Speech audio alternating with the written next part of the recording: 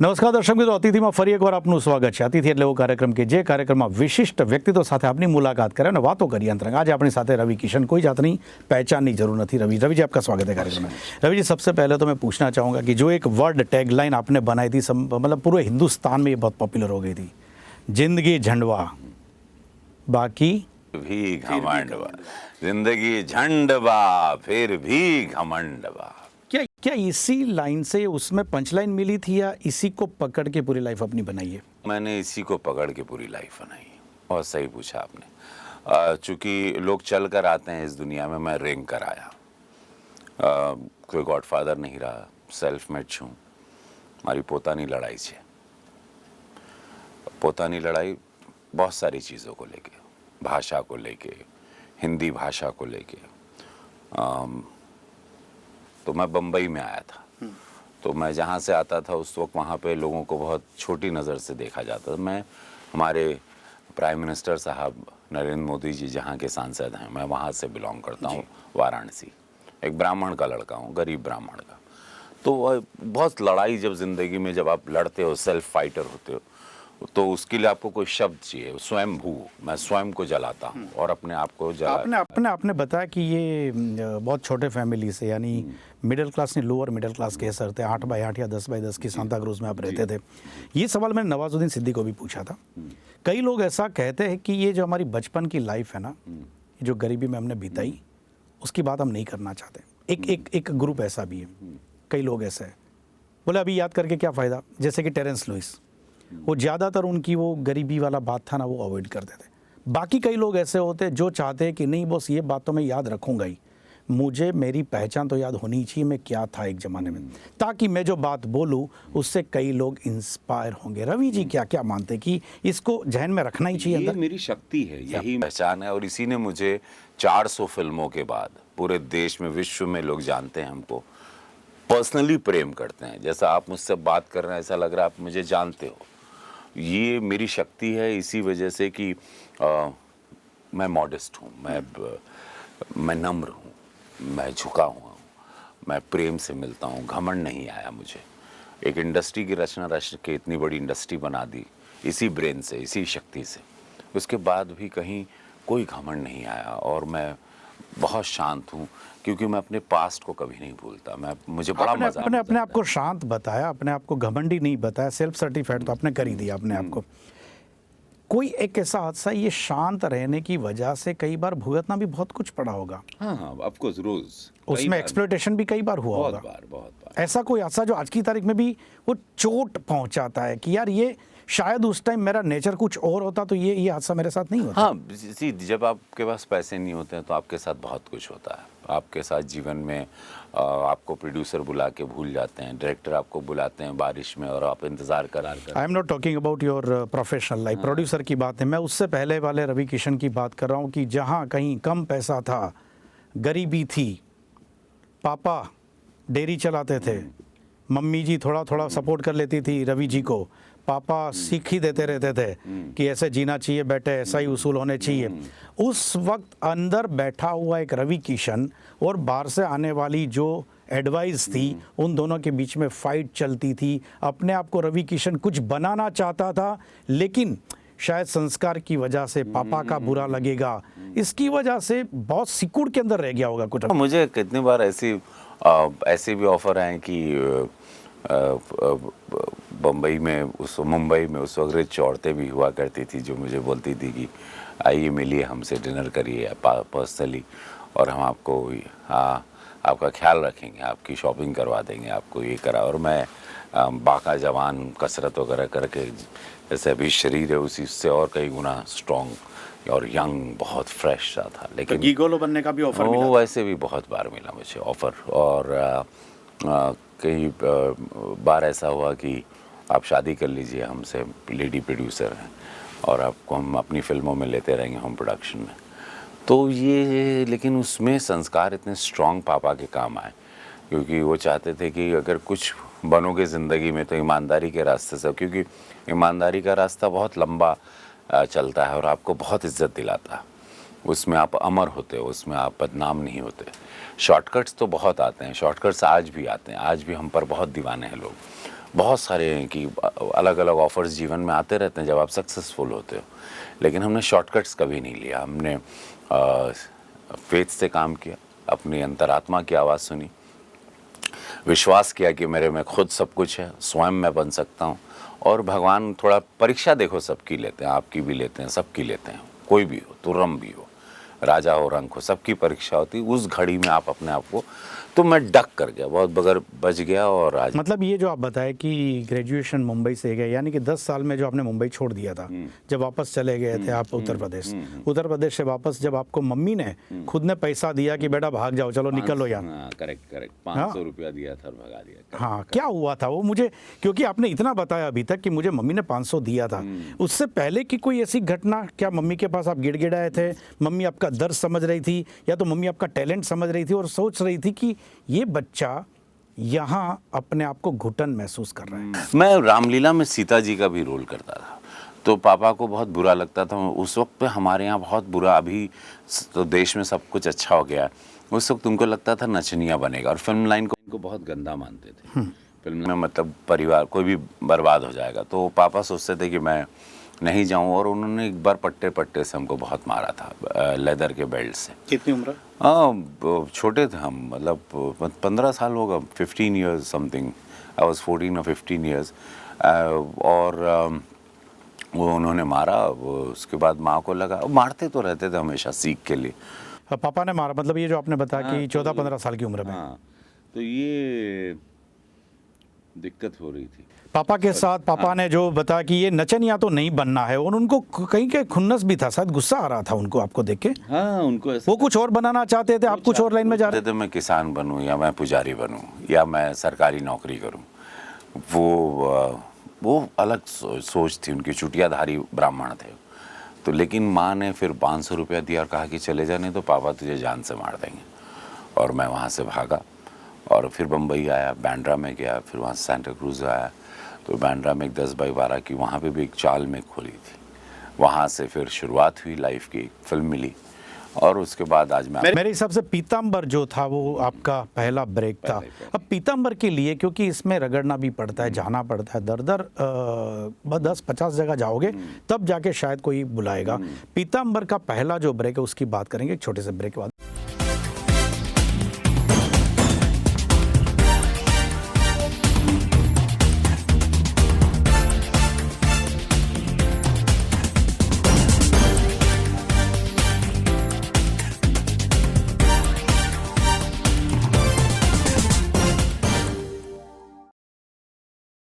विराम बाद ફરી એકવાર સ્વાગત છે આપનું કાર્યક્રમ અતિથિ મારા भी जी। ब्रेक से पहले आपने बताया कि ब्रेक पीताम्बर से, तो क्या उसके लिए भी सीधा किसी ने पकड़ लिया या सिफारिश? किसी ने डायरेक्टली पकड़ लिया हमको। और एक वो, उसको हीरो कोई नहीं मिल रहा था, फिल्म छोटी थी। और उसने कहा कि क्योंकि वो प्रोड्यूसर की गर्लफ्रेंड हीरोइन थी तो उनको हीरो कोई नहीं मिल रहा था, तो उसमें मैं बली का बकरा मिल गया उनको। लेकिन वहाँ से भाग्य खेल अपना खेलता है, तो जो भी था वो वहाँ से शुरुआत हुई। तो मुझे लग गया कि ये फिल्म का कुछ नहीं होना। और हीरोइन इतनी काली सी थी, अजीब सी थी। उसके बाद मैंने बोला अब खुद स्ट्रगल करना, और फिर मैंने स्ट्रगल की, एक मोटरसाइकिल ख़रीद ली थी। तब तक 25,000 रुपये मिले थे। और फिर मैंने सुबह 7 बजे से लेकर रात के 12 बजे तक रोज़ स्ट्रगल शुरू कर दी। यहाँ पर यहीं जो एक ब्रेक मिलता है ना, तो कोई भी बंदा जो मुंबई जाता है उसका सपना होता है कि मुझे कोई फिल्म में काम करना है। जब उसे पहला रोल मिल जाता है, चाहे छोटा हो बड़ा हो, उसके बाद सबसे ज़्यादा तकलीफ उसके बाद होती है। क्योंकि एक बार ब्रेक मिलने के बाद फिर बंदा जब वेट करता है, वहाँ की जो असलियत देखता है, अपने मतलब उसूल को छोड़ने की नौबत भी आ जाती है। उसके बाद वाला क्या क्या हादसा था वो जरा उसके बाद वाला जैसे जीवन में तो ऐसा कुछ नहीं हुआ। फिर मैं इंजॉय करने लगा, फिर मुझे फिल्में मिलने लगी, फिर किस्मत साथ देने लगी। और मुझे मिली फिल्म उधार की ज़िंदगी काजोल के साथ, जितेंद्र। फिर आर्मी मिली, शाहरुख खान, श्रीदेवी। फिर मिथुन चक्रवर्ती वाली फिल्में मिली। पैसे नहीं मिलते थे, लेकिन मैं सबको बोलता था काम दो पैसे मत दो। हाँ, ऐसा तो वो एक पावर था। डांसर में अच्छा था, एक्शन सीख लिया था, चेहरा सबको अच्छा लगता था। पहले मुझे मिथुन का डुप्लीकेट बोलते थे इनिशियली, लंबे बाल थे मेरे। फिर वो चीज़ें बदलती गई, बहुत सारे घमासान हुए। मतलब एक 25 साल की जर्नी है मेरी लाइफ की, और अभी मैं आपके साथ 25 साल मुझे सिनेमा में होने आया। रवि जी ये हिंदी फिल्म तो था, मतलब चलो इतनी बड़ी इंडस्ट्री, भोजपुरी इंडस्ट्री सीधा पकड़ना, और रवि जी मतलब आज सुपरस्टार गिने जाए तो मतलब मेगा स्टार, मिलेनियम स्टार, लोग अलग अलग नाम से बुलाते हैं आपको। ये भोजपुरी का आइडिया क्या आपने दिया था कि बॉस ये लेना चाहिए, मुझे ट्राई करना चाहिए, या तो किसी ने बोला कि बॉस इनको पकड़ो बॉस, ये कहीं उठा लेंगे इंडस्ट्री को? मुझे काम, देखिए तेरे नाम फिल्म आई सलमान खान के साथ, और उसमें बेस्ट सपोर्टिंग एक्टर राष्ट्रीय पुरस्कार मिला, लेकिन काम नहीं मिल रहा था। उतने में एक फिल्म आई मुझे कि भोजपुरी, तो मैं, लोगों ने कहा भोजपुरी नहीं करना कभी भी, वो इंडस्ट्री बंद हो चुकी है, बहुत छोटी इंडस्ट्री। तो मैंने बोला क्यों नहीं करना यार, कर देखते हैं, ट्राई करते हैं। और मैंने 75,000 रुपीज़ दिया था लोगों ने। मैंने वो फिल्म की सैयां हमार, और मैंने देखा उनका काम करने का ढंग कुछ प्रोफेशनल नहीं या बड़ा नहीं था। तो मैं लड़ने लगा कि यार हिंदी वाले इतना अच्छा करते हैं, भोजपुरी को क्यों नहीं। और फिर मैंने अपने उसमें से पैसे कटवाए, एक्शन अच्छे से करवाया, मेरी फीस में से भी कटवा दिए, और मुझे दिखने लगा जैसे सिक्स सेंस एक है, ईश्वर की कृपा है मुझ पर कि मुझे दिखता है कुछ होता हुआ, आने वाली चीज़ दिखाई देती है। मुझे लगा एक बहुत बड़ी इंडस्ट्री आ रही है, और लोग मुझे पागल समझते थे, और मैं उस पर जूझ गया, मैं मेहनत करने लगा, पूरी ताकत लगा दी। और वो फिल्म जो इंडस्ट्री ख़त्म हो चुकी थी, भोजपुरी कोई नाम नहीं लेता था, एक गाली के रूप में भैया बोलते थे लोग, केले वाला ठेले वाला ये जात होती थी, और उसको एक आक्रोश के रूप में लिया मैंने, और सैयां हमारो फिल्म का नाम था। वो फिल्म सिल्वर जुबली हुई। फिर उसके बाद एमएलए ने तो रिकॉर्ड ब्रेक। बाकी बिहारी एमएलए, फिर पंडित जी बताई ना बिया कब हुई, गोल्डन जुबली थी, नगमा जी सबसे ज्यादा खुशी तो उस वक्त हुई होगी मेरे हिसाब से, इतना सारा पैसा कमाया, लेकिन जब बच्चन साहब ने कहा होगा, जब किसी ने पूछा कि सुपरस्टार एक नया आया है भोजपुरी का, अमिताभ बच्चन, तो बच्चन साहब ने क्या वर्ड कहे थे, आपके मुंह से सुनना चाहिए। अमित जी ने से पूछा गया कि भाई आप सदी के महानायक, आप भोजपुरी के भी हो जाएंगे, तो उन्होंने बोला नहीं नहीं, सदी का महानायक मैं नहीं, महानायक रवि हैं, रवि किशन हैं भोजपुरी के। और मेरे बगल में, मेरे उनसे 1.5 इंच शायद लंबे हैं, तो मैं उनको ऐसे देखने लगा और मेरे आंख में आंसू आ गए कि अब तब से वहाँ पे वो ठप्पा हमको महानायक का लग गया। चलो अब थोड़ा पास्ट में जाते वापस, 11वीं कक्षा में ही प्रेम हो जाता है, हाँ, प्रीति को पकड़ लिया, क्या हुआ था वो, कैसे कैसे क्या क्या हुआ क्या? मैं बस स्टॉप पे, रोज हम लोग बांद्रा से बस पकड़ते थे, और वहाँ पे देखा एक बहुत सिंपल साधारण सी लड़की, पहली बार देखा था? हाँ, और वो मुझे देखती थी, लेकिन मेरे में हिम्मत नहीं थी उनको बोलने, क्योंकि वो बांद्रा के माउंट मेरी थोड़ा अच्छे परिवार से थी, पैसे वाले, तो मैं वो फ्लैट से थी और मैं चौल से था, तो मेरी हिम्मत नहीं होती, चौल वाला हिम्मत नहीं करता, और वो संस्कार भी थे, तो मैं चुप रहा। लेकिन उनको लगा कि कोई बड़ा भोला सा लड़का है, शरारती मैं बाद में बना, लेकिन हाँ था। और उन्होंने मुझे हाय बोला, और उनके एक मित्र ने बात की, फिर उन्होंने बोला मैं पांडे हूँ, तो मैंने बोला मैं शुक्ला हूँ, तो मुझे लगा ये ब्राह्मण लड़की है, तो मेरे घर में प्रॉब्लम नहीं होगा, ब्राह्मण, क्योंकि मेरे घर में वो शर्त थी कि भाई ब्राह्मण में ही शादी करना है आपको। तो मैंने बोला चलो ये मामला तो 50% ओके हो गया, अब माँ को बोलना है। और मैंने 15 दिन में बात की कि मुझे एक सिंपल सी लड़की लगी और ब्राह्मण है, और मैं चाहता हूँ। तो बोले पहले अपनी हालत तो देख लो, शादी वादी। बोला नहीं अभी बात तो कर लेते हैं। तो मेरे लिए शायद लकी रही बहुत, और वहाँ से जीवन ने टेक ऑफ लिया और हम लोग का प्रेम हुआ। फिर और फिर इतिहास है, उसके बाद 4 बच्चों के आज हम लोग का माता पिता हैं। रोल सिलेक्शन में, क्योंकि एक लेवल जब एक स्टेज आ जाता है तो बहुत सारे खरीदार मिल जाते हैं, उस वक्त प्रोडक्ट डिसाइड करता है कि मैं कहाँ जाऊँगा, कौन से मॉल में जाऊँगा, कौन से सुपर मॉल में जाऊँगा। अभी जो भी फिल्म साइन करते हैं, क्या आपको लगता है कि ये भोजपुरी फिल्में साइन करके सुपरस्टार लेवल का पद जो मिल गया है आज की तारीख में, भोजपुरी इंडस्ट्री रवि किशन जी के नाम से जानी जाती है, डू यू फील अभी भी आप एक्सपेक्ट कर सकते हो कि हिंदी फिल्म इंडस्ट्रीज भी कोई एक ऐसा आए, कोई बंदा जो रवि जी को लीड रोल में लेके अभी भी एक ऐसी मेमोरेबल फिल्म बनाए? हाँ, मुझे ऐसा उम्मीद है अब, और जग रही उम्मीद। अब 3 फिल्म मैंने ऐसी साइन की, बहुत बड़ी बड़ी फिल्में, और वो मुझे एक नया, क्योंकि मुझे पता था कि मेरी यहाँ ये पोजीशन के अलावा भी कुछ और है। मुझे ग्लोबल जाना है, मुझे विश्व के हर कोने में जाना है। जैसे नवाजुद्दीन गए हैं, इरफान गए हैं, मनोज बाजपेयी गए हैं, सारे मेरे मित्र हैं। ओमपुरी साहब, मैंने इतना अच्छा मित्र एक खो दिया। नसीर भाई मेरे मित्र हैं। तो हम लोग एक ही ब्रीड के एक्टर हैं, हम लोग की सब एक ही जात है। और मेरे जात के सारे लोग अच्छे अच्छे चले गए। अब मेरा वो बम फूटना बाकी है, और वो नारियल अब भगवान ने चाहा 2-3 महीने में बहुत तगड़ा फूटेगा और पूरा देश फिर सेलिब्रेट करेगा कि क्या रवि किशन ने रूप धारण किया, और बहुत अनगिनत रूप में। मैं तो औरत बनता हूँ, राम हूँ, रावण हूँ, साइको हूँ, बहुत कुछ रूप देखा है मेरा देश ने, कॉमेडी देखा है मेरा। लेकिन अब वो समय आ गया है। 2-3 फिल्म साइन कर चुका हूँ मैं, अगले महीने से शूटिंग है। और देश, उसके लिए शरीर की तैयारी कर रहा हूँ, 6 पैक बना रहा हूँ, दाढ़ी मूछ रख रहा हूँ, बाल छोटे कर रहा हूँ, और पूरे देश को आनंद देने के लिए। सिंडिकेट कितना वर्क करती है? सिंडिकेट बहुत ज़्यादा भाई, ये लॉबी गुटबाजी तो बहुत है। और मेरे साथ कोई गुट नहीं है, इसीलिए थोड़ी समय लग रहा है। गुटबाजी तो है यहाँ पे, सबको जी हुजूरी पसंद है, पार्टी में जाना पसंद, सब लोगों को अच्छा लगता है रात में बैठा रहे, कोई बातें सुने। अब मैं वैसा नहीं हूँ, मैं खुद ही काम क्रिएट कर लेता हूँ। अपनी खुद की फ़ैन फॉलोइंग भगवान ने इतनी करोड़ों में दी है। ध्यान दें, उसको संभालना है। शरीर अच्छा दिया तो ध्यान देना। आपको ब्रेन दिया तो आप अपना आप भी कॉन्शियस हैं।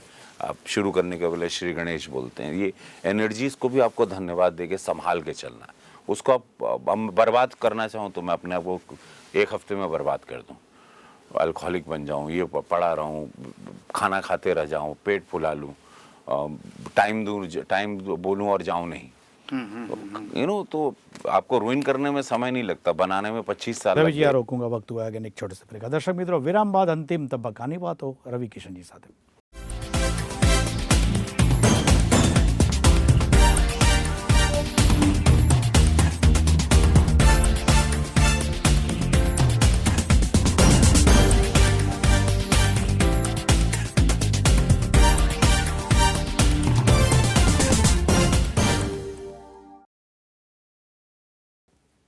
વિરામ બાદ ફરી એકવાર સ્વાગત છે આપનું કાર્યક્રમ અતિથિમાં। રવિજી, बेबाक स्टेटमेंट दे के कंट्रोवर्सी में तो रवि जी आ ही जाते हैं, और खून खोल जाता है जब हिंदुस्तान के खिलाफ कोई बोलता है। सर्जिकल स्ट्राइक हुई तो बिंदास आपने बोल दिया, आओ आर पार की लड़ाई कर दो, आ जाओ आमने सामने। ये अपने आप को रोक नहीं पाते क्या? ये कई लोग बोलते भी है ना कि यार रवि यार प्लीज ये मामले में क्यों आप चाहते हो ये यार इसमें मत जाओ, आप आर्टिस्ट हो। ऐसा भी मिलते होंगे कोई कहने वाले? बहुत लोग बोलते क्यों तुम रिएक्ट? मौला नहीं, क्योंकि एक तो पाकिस्तानी कलाकारों की, कि भाई मुझे लगता है कि ये हमारे यहाँ इतने कलाकार बेरोजगार हैं, उनको काम मिलना चाहिए, हम लोग बाहरी कलाकार लाते हैं, वो एक था। फिर उसके बाद उनकी भी बातें, फिर मैंने देखा कि हमारे यहाँ लोग मरते हैं तो फिर हमारे जवान मरते हैं तो वो कलाकार कुछ बोलते नहीं और वो भाग जाते हैं। पेरिस में कुछ होता है तो उधर बोलते हैं। तो पाकिस्तानी कलाकारों ने भी वफादारी नहीं दिखाई, तो मुझे हुआ। फिर सर्जिकल स्ट्राइक हुआ तो बड़ा सीना मेरा भी चौड़ा हुआ कि भाई घुस के मारे हैं। फिर अब मुझे लगा भी ये क्या चूहा बिल्ली का खेल है, लड़ना है तो भैया आ जाओ लड़ो। फिर देखो देश कितना है, देश भी तैयार है, हम लोग भी तैयार हैं। अब लड़ाई की हम पूरा मूड है तो आओ लड़ो और भिड़ो। जैसे आपने बहुत सारी हीरोइन को, जैसे कि रंभा जी है, इनके साथ अलग अलग हीरोइन के साथ काम किया, आपको भी जब काम की ज़रूरत थी उस वक्त आपको भी किसी ने मौका दिया। रवि जी भी, क्या रवि जी की कोशिश ये रहती है कि नए जो चेहरे हैं उनको भी लाया जाए, या तो बोले ये कंपटीशन में नया आ जाएगा?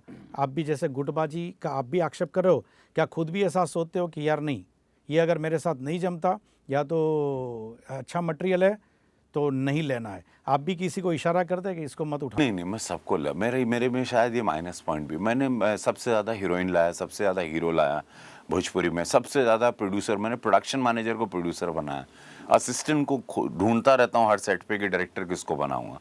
मैंने 95 हीरोइन, मतलब अभी तक 95% सब लोगों को इंट्रोड्यूस किया, क्योंकि मुझे पता था कि जितना ज़्यादा लोग होंगे उतनी इंडस्ट्री बड़ी होगी। ये विचार है, क्योंकि वर्ल्ड सिनेमा पढ़ता हूँ, ईरानी सिनेमा देखता हूँ, चाइनीज़ सिनेमा, कोरियन सिनेमा देखता हूँ, किताबें। श्याम बेनेगल जी के साथ काम कर लिया 2 फिल्में, मणिरत्नम सर के साथ काम किया, तिग्मांशु धूलिया, श्री राम राघवन, सारे अच्छे दिग्गजों के साथ किया। सत्संग अच्छा रहा, दिलीप साहब के साथ कई साल बिताए, उन्होंने प्रोड्यूस की, तो अमित जी के साथ बड़े करीबी संबंध, नसीर भाई, ओमपुरी जी जैसे जिनके दोस्त हों। तो मेरा ज्ञान यहाँ से बहुत खुला हुआ है, तो विचार बड़े हैं, अपने आप पर कॉन्फिडेंस बहुत है, पता है कि मैं क्या हूँ, तो डर नहीं लगता। आओ आओ चढ़ो, सबको कंधे पे चढ़ा चढ़ा के रीजनल फिल्म्स जो है, क्योंकि अब आप गुजराती फिल्म में भी जब आप दिखने वाले हमीर में अगर हम कंपेयर करें नेशनल लैंग्वेज की जो मूवीज़ है हमारी हिंदी मूवीज़, बॉलीवुड, अलग अलग क्षेत्रों में जाएंगे, भोजपुरी एक अलग दुनिया है, बंगाली है, मलयालम है, कन्नड़ है, तेलुगु, अब जैसे मराठी बहुत ऊंचाई चली, पर है। जैसे सुरट और नट सम्राट दोनों ने कर दिया, गुजराती फिल्म इंडस्ट्रीज भी आ रही है। तो ये नेशनल लेवल की जो फिल्म इंडस्ट्रीज है बॉलीवुड, उनके साथ ये छोटे छोटे प्रदेशों की फिल्म इंडस्ट्रीज क्या फ्यूचर क्या देखता है? बहुत बड़ा है, इनका भी है और उनका भी, उनका वर्ल्ड मार्केट है, इनका अपने प्रादेशिक चल रहा है। मतलब सी हिंदी सिनेमा का तोड़ नहीं, वो बहुत बड़ा सिनेमा, दंगल देख लो, सुल्तान देख लो, प्रादेशिक फिल्में भी, एक तो लोकल कलाकार सब जागरूक हैं, तो ये एक बहुत अच्छा साइन है। और सिनेमा हम लोग का भोजन है। क्रिकेट और सिनेमा हिंदुस्तान से निकाल दो तो हम लोग पागल हो जाएंगे, हम लोग रोड पे नाचने लगेंगे दीवाने होके, क्योंकि हमारे पास कुछ एंटरटेनमेंट ही नहीं है। 50 करोड़ लोग टेलीविजन देखते हैं, 5 करोड़ लोग सिनेमा देखते हैं। सोचिए, रोज 50 करोड़ लोग खाली टीवी देखते हैं हिंदुस्तान में, और ये दंगल इतनी बड़ी हिट हुई, 5 करोड़ लोग गए हैं देखने के लिए। सोचिए, रेशियो देखिए, तो बहुत बहुत चांसेस हैं, there are good chances, and सबके लिए स्पेस है। 125 करोड़ की आबादी। पेट्रोटिज्म की आप बात करते हो, खून खोल जाता है कभी कभी ऐसा देख के। हाल के जो भी हमारे पॉलिटिशियंस, उनके बारे में अपना बेबाक स्टेटमेंट क्या है? मैं देखिए, मैं तो इंडिविजुअल पे नहीं जा रहा हूँ, लेकिन ओवरऑल जनरल जो अभी हमारे सामने पॉलिटिशियंस है, छोड़ दीजिए पार्टी, क्योंकि जनरेशन उन्हीं के हाथ में है, चाहे इस पार्टी का बैठे या इस पार्टी का बैठे। क्या क्वालिटी दिखती है, या तो आपको लगता है कि नहीं कम ऑन यार, इन पे भरोसा रखने का? मुझे लगता है, देखिए अच्छे हैं, ऐसे नहीं कि सारे बुरे हैं, अच्छे लोग हैं धरती पे, तो धरती टिकी हुई है। कुछ अच्छे पॉलिटिशियंस भी हैं, कुछ सेल्फिश भी हैं, कुछ चाहते हैं कि तुरंत बंगला बना लूँ, बहुत सारे फार्म हाउसेज ले लूँ, गाड़ी ले लूँ, बीवी के लिए बहुत सारी डायमंड ज्वेलरी ले लूँ, बच्चे को पूरा मतलब स्विट्ज़रलैंड में या फॉरेन में, ऑस्ट्रेलिया में लैंड ले लूँ, या माइंस ले लूँ अपनी, और अनगिने, या चॉपर ले लूँ, फिर सोचता है एयरक्राफ्ट ले लूँ। बट यू आर होपफुल कि जो भी है, अच्छे लोग भी है, वो आने वाले दुनिया मतलब समय में हिंदुस्तान को वो फलक ऑफ कोर्स नहीं, हिंदुस्तान खुद इसमें इतनी शक्ति है कि ये गलत लोगों को उठा के खुद फेंक देगा। ये धरती बहुत पवित्र धरती है, ये गलत चीजों को ज्यादा झेलेगी नहीं, और खुद पटक के मारती है। तीन स्ट्रॉन्ग पॉइंट क्या है जो अपने आप को मानते हैं आपकी? This are my 3 positive science. 3 strong मेरे पॉइंट्स ये। मैं बड़ा पॉजिटिव देखता हूँ जीवन को, सबकी तरक्की पे बड़ा खुश होता हूँ, और इस धरती का और विश्व का हमेशा पता नहीं, ऐसा लगता है सबका प्रभु अच्छा करे। सुख दुख आएगा, साइकिल का पहिया है, वो तो आना ही है, वो मैं अपने बच्चों को भी बोलता हूँ, दुख तो आना ही है, और तैयार रहो, वो तो आना ही है। एट लास्ट ज़्यादातर हम ये कोशिश करते कि आप जैसे जब दिग्गज हमारे यहाँ आए, तो बातें तो आपने बहुत कर ली, अब थोड़ा सुर में भी हमको सुनना चाहिए, क्योंकि इतनी अच्छी आवाज़ है। तो आपका फेवरेट कोई भी हिंदी गाना आप सुना दीजिए। जिंदगी झंड छताए घमंड, ये भोजपुरी का गुजराती में अशोक भाई पटेल ने किया, ये आप जिंदगी झंड छताए घमंड, है ना। आँखों में नींद न होती, आंसू भी तैरते रहते, ख्वाबों में जागे हम रात भर, कोई तो अपना होता, कोई तो साथी होता, कोई होता जिसको अपना हम अपना कह लेते यारो, पास नहीं तो दूर ही होता, लेकिन कोई मेरा अपना। Thank you very much Ravi ji, बहुत बहुत शुक्रिया हमसे बात कर रहे। दर्शकों, रवि किशन हसावे, रड़ावे, गुस्सो अपावे, प्रेम करावे, कोकनी 4 रस्ता वच्चे धोलाई पण करी नाखे। रवि किशन ने 25 મિનિટમાં સમજવાની કોશિશ કરી। મને લાગે છે કે અત્યાર સુધી રવિ કિશનજી માટે જે પણ કદાચ વાતો આપે વાંચી હશે, જે સાંભળી હશે, એના કરતાં હટકે દિલની વાત, અંતરંગ વાતો આજે અમે આ અતિથિ કાર્યક્રમમાં કરવાની કોશિશ મળી। ફરી મળીશું નેક્સ્ટ એપિસોડમાં એક નવા અતિથિ સાથે। ત્યાં સુધી આપશો નમસ્કાર। Thank you very much, thanks again.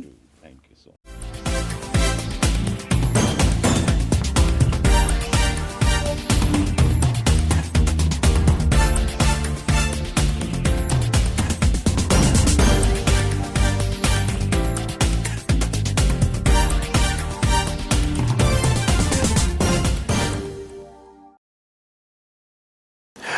અતિથિ શો બધાને નમસ્કાર।